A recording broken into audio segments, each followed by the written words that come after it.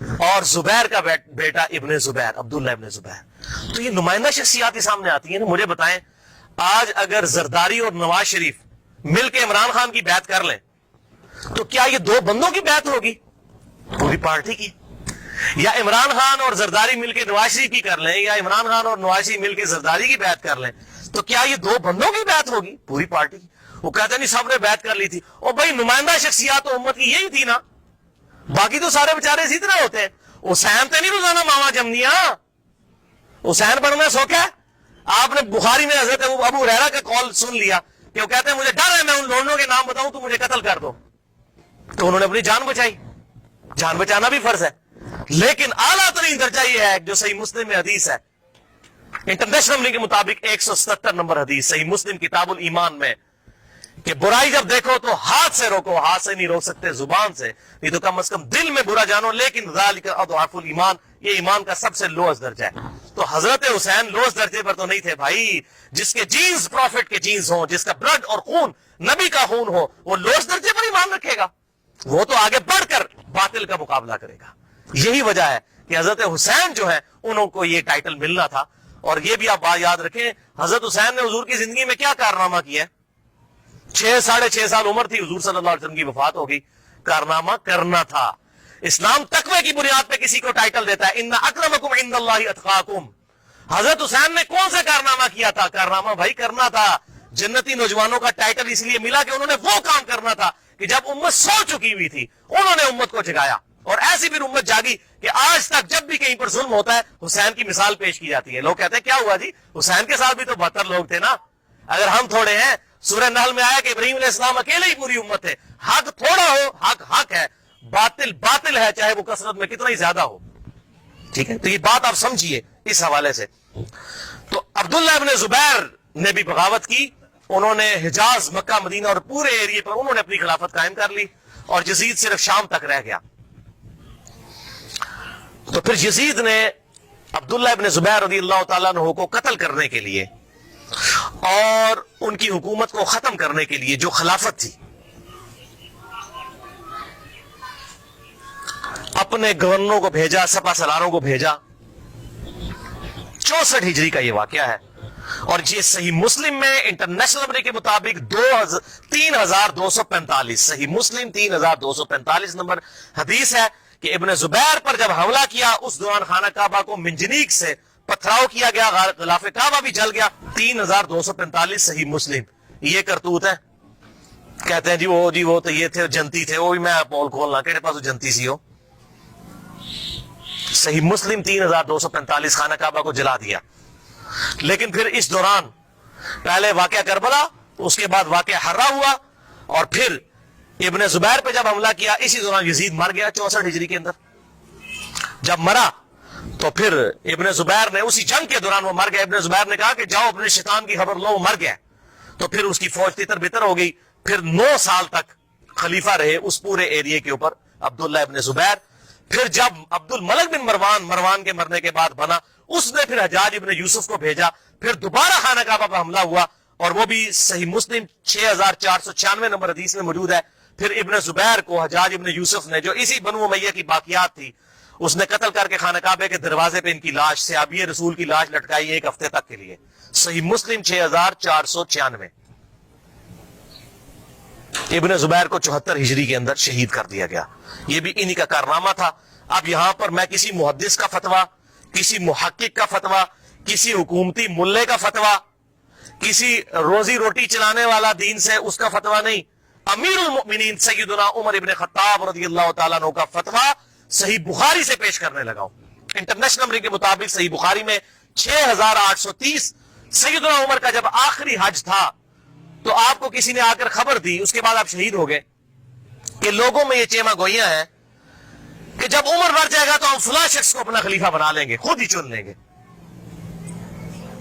اب یہ فلاں کون ہے, اس کو تلاش کرنا, یہ فلاں کون تھا خلافت کا لالچی.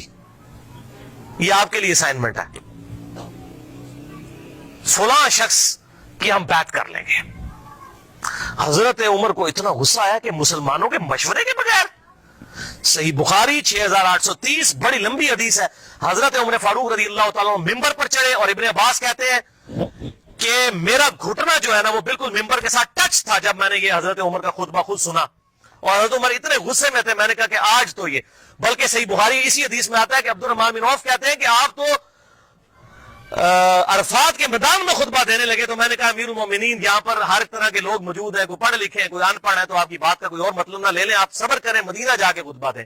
تو مدینہ شریف جا کر پہلا کام حضرت عمر نے خطبہ دیا 6830 بڑی باتیں ارشاد فرمائی, اور پھر اس میں ارشاد فرمایا ورڈ بائی ورڈ, لفظ بائی لفظ حضرت عمر کے الفاظ, صحیح بخاری 6830. دیکھو خیال رکھنا کہ کوئی شخص بھی بغیر مسلمانوں کے مشورے کے اور بغیر اتفاق رائے کے تم پر مسلط نہ ہونے پائے, ورنہ اس کا انجام قتل و غارت ہوگا. اور وہ آپ نے دیکھا کتنی قتل و غارت ہوئی. حضرت حسین کو شہید کیا گیا, واقعہ ہررا ہوا, پھر خانہ کعبہ کو جلایا گیا. پیچھے کیا رہ گیا؟ مکے کی حرمت پامال, مدینے کی حرمت پامال, اہل بیت کی حرمت پامال. اس سے زیادہ کیا کر سکتا تھا؟ اور حضرت عمر نے پہلی پیشن گوئی کی تھی مسلمانوں کے مشورے, تو وہ تلوار کے زور پہ کیا گیا. وہ میرا پورا لیکچر سن لیں, صحیح بخاری کے اندر موجود ہے حدیث اور کتابوں کے اندر, کہ تلوار کے زور پر زبردستی بیعت لی گئی اور صحابہ نے مخالفت کی, لیکن نہیں کسی کی سنی گئی.